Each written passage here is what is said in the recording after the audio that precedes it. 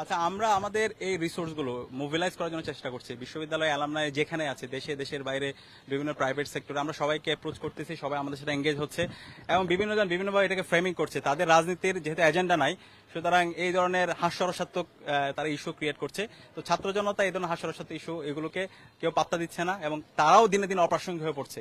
আমরা তাদেরকে বলবো, সমালোচনা করে যৌক্তিকভাবে সমালোচনা করেন, কনস্ট্রাকটিভ ক্রিটিক করেন, ভালো একটা কম্পিটিশন করেন, কিন্তু এই ধরনের অপ্রাসঙ্গিক বিষয়গুলো যদি আপনারা নিয়ে আসেন, আপনাদের অবস্থান এখন যা আছে তাইও থাকে। বিভিন্ন পর্যায়ের যারা প্রশাসনে আছে, আমরা তাদের বিভিন্ন জায়গায় অসহযোগিতা দেখতে পাচ্ছি।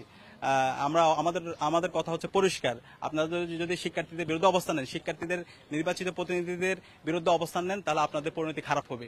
শিক্ষার্থীরা আমাদেরকে ম্যান্ডেট দিয়ে তাদের যে প্রত্যাশা, তাদের যে আকাঙ্ক্ষা, সেটা বাস্তবায়ন করার জন্য আমাদেরকে দায়িত্ব দিয়েছে। সুতরাং শিক্ষার্থীদের যে প্রত্যাশা, সেটা বাস্তবায়ন না হওয়ার আগ পর্যন্ত আমরা আমাদের লড়াই চালিয়ে যাব। আমরা যে কমিটমেন্ট দিয়েছি স্বপ্নের ক্যাম্পাস, সেই স্বপ্নের ক্যাম্পাস বিনির্মাণ না হওয়ার আগ পর্যন্ত আমরা আমাদের লড়াই চালিয়ে যাব। এবং এর বাইরেও আমাদের ঢাকা ইউনিভার্সিটি আপনারা জানেন প্রচুর অ্যালামনাই আছে এবং আজকের যে আমরা ফার্স্ট এড বুট ক্যাম্প করতেছি, দেখেন এখানে 3-4টা প্রতিষ্ঠানের মধ্যে কোলাবোরেশন হয়েছে এবং গত 1 মাস জুড়ে আমরা যে কাজগুলো করতেছি সেখানে অ্যালামনাইরা এঙ্গেজ হচ্ছে। আমরা বিভিন্ন প্রতিষ্ঠানের সাথে কোলাবোরেশনে কাজ করছি। বিগত সময়ে কিন্তু এগুলো হয় নাই। বিগত সময় যদি আপনারা দেখেন, এই প্রতিষ্ঠানের সমন্বয়হীনতার কারণে কোনো কাজই হয় না, বিশ্ববিদ্যালয় প্রত্যেকটা জায়গায় কাজগুলো আটকে ছিল। তো আমরা এরকম সরকারি বেসরকারি আমাদের অ্যালামনাই সবাইকে এঙ্গেজ করে কোলাবোরেশনে কাজ করতে চাই এবং এর পাশাপাশি বিশ্ববিদ্যালয় আমাদের যে বরাদ্দ, সে বরাদ্দ আমরা বিশ্ববিদ্যালয় প্রশাসন আমাদেরকে দেওয়ার জন্য বাধ্য করার জন্য যা যা করা দরকার সে কাজটা আমরা করব। কাজের ক্ষেত্রে আমরা শিক্ষার্থীদের স্বতঃস্ফূর্ত রেসপন্স পাচ্ছি।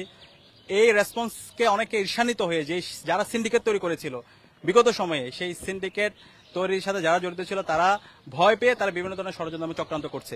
ইতিমধ্যে আমরা আইডেন্টিফাই করেছি। যদি আমরা বলি ঢাকা বিশ্ববিদ্যালয়ে আমাদের যে মেডিকেল সেন্টার আছে, সেই মেডিকেল সেন্টারে এমন স্টাফ আছে তারা প্রতি মাসে 1 লাখ টাকা বেতন নেয়, কিন্তু একদিন অফিসে আসে না।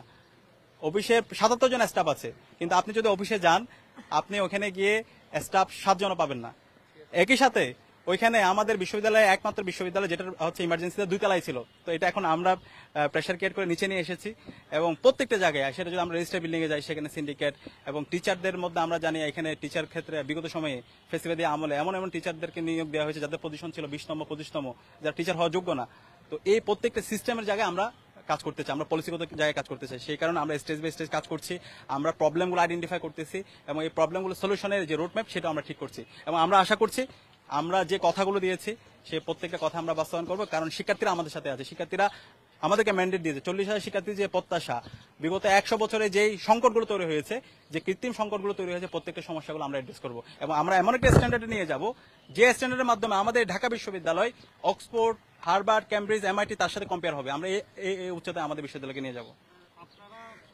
আচ্ছা, আমরা আমাদের এই রিসোর্সগুলো মোবিলাইজ করার জন্য চেষ্টা করছি। বিশ্ববিদ্যালয় অ্যালামনাই যেখানে আছে, দেশে দেশের বাইরে বিভিন্ন প্রাইভেট সেক্টরে আমরা সবাইকে অ্যাপ্রোচ করতেছি, সবাই আমাদের সাথে এঙ্গেজ হচ্ছে এবং বিভিন্ন জন বিভিন্নভাবে এটাকে ফ্রেমিং করছে। তাদের রাজনীতির যেহেতু এজেন্ডা নাই, সুতরাং এই ধরনের হাস্যরসাত্মক তারা ইস্যু ক্রিয়েট করছে।